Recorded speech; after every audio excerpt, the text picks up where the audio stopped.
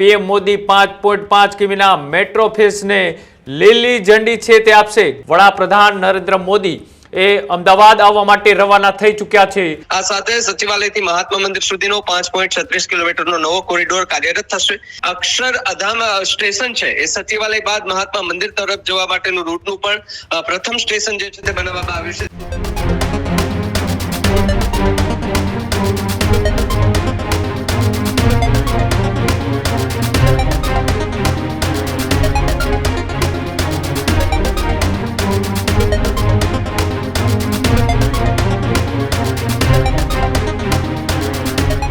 નમસ્કાર, આપ જોઈ રહ્યા છો ન્યૂઝરૂમ ગુજરાત અને આપની સાથે છું કૃણાલ. બુલેટિનની શરૂઆત કરીએ ગુજરાતના મહત્વપૂર્ણ સમાચારથી. તો દેશના વડાપ્રધાન નરેન્દ્ર મોદી 3 દિવસીય ગુજરાતની મુલાકાતે છે, ત્યારે હવે રાજકોટના કાર્યક્રમ પૂર્ણ કર્યા બાદ પીએમ અમદાવાદ માટે રવાના થઈ ચૂક્યા છે.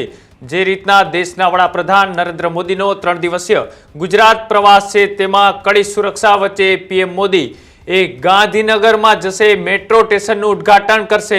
મહત્વપૂર્ણ સમાચાર, પીએમ મોદી 5.5 કિમીના મેટ્રો ફેસને લીલી ઝંડી છે તે આપશે. ગાંધીનગરના સચિવાલયથી મહાત્મા મંદિર સુધી મેટ્રો ફેસ છે તે શરૂ કરવામાં આવશે.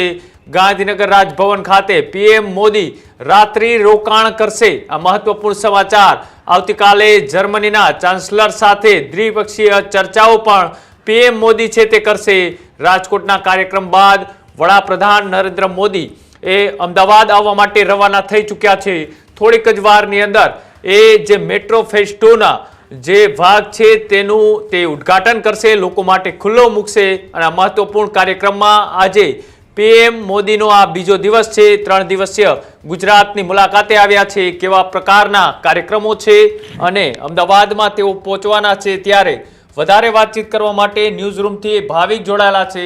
ભાવિક, જે રીતના દેશના વડાપ્રધાનનો કાર્યક્રમનો આજે બીજો દિવસ અને આજે કેવા પ્રકારના એ કાર્યક્રમો અને લોકાર્પણની સાથે સાથે એ ઉદ્ઘાટન કરવાના છે?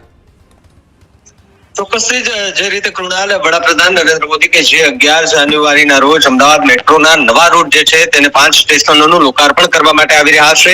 આ રૂટ દ્વારા રાજ્યના પાટનગર ગાંધીનગર મેટ્રો કનેક્ટિવિટીનું વિતરણ થશે. તો સાથે સચિવાલયથી મહાત્મા મંદિર સુધીનો 5.36 કિલોમીટરનો નવો કોરિડોર કાર્યરત થશે. સાથે જ જે શહેરના વહીવટી, સાંસ્કૃતિક અને શૈક્ષણિક વિસ્તારોને એક જ ટ્રાન્ઝિટ જે લાઇન છે તેનાથી જોડી શકવામાં આવશે. નવા રૂટ જે છે તેમાં અક્ષરધામ, જૂના સચિવાલય, સેક્ટર 16, સેક્ટર 24 અને મહાત્મા મંદિર એમ કુલ 5 સ્ટેશનો જે છે તેનો સમાવેશ કરવામાં આવ્યો છે. તો બીજી તરફ અક્ષરધામ સ્ટેશન છે એ સચિવાલય બાદ મહાત્મા મંદિર તરફ જવા માટેનું રૂટનું પણ પ્રથમ સ્ટેશન જે છે તે બનાવવામાં આવ્યું છે. ત્યારે અક્ષરધામ સ્ટેશન સચિવાલય બાદ મહાત્મા મંદિર છે એ તરફ જતા રૂટનું પણ આ પ્રથમ સ્ટેશન છે.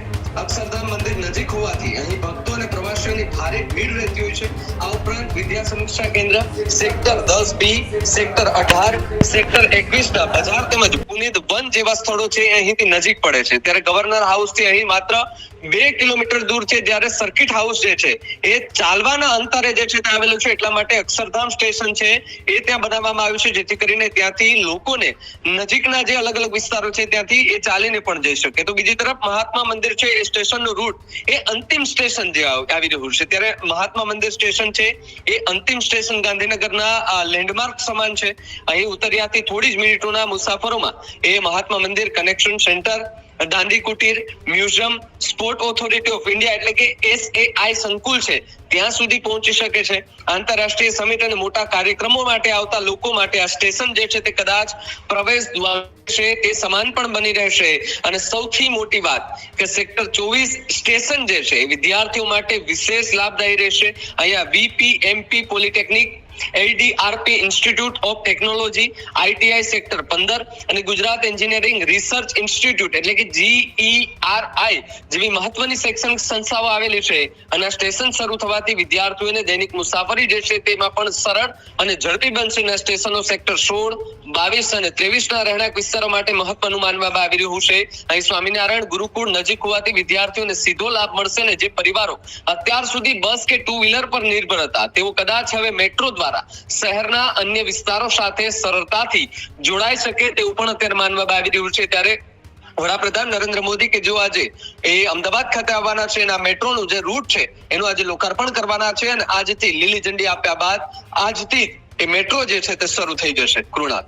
બિલકુલ બિલકુલ આભાર. જે રીતના એ દેશના વડાપ્રધાન નરેન્દ્ર મોદી આજે એ લીલી ઝંડી આપવાના છે મેટ્રોના ફેઝ 2 ને, થોડીક જ વારની અંદર પીએમ મોદી એ ગાંધીનગર ખાતે પહોંચવાના છે અને ત્યારે તેઓ આ ઉદ્ઘાટન એ સમારોહ છે તેની અંદર પણ તેઓ હાજરી આપવાના છે અને તે રૂટને છે આજથી એ લોકો માટે ખુલ્લો મૂકવાના છે.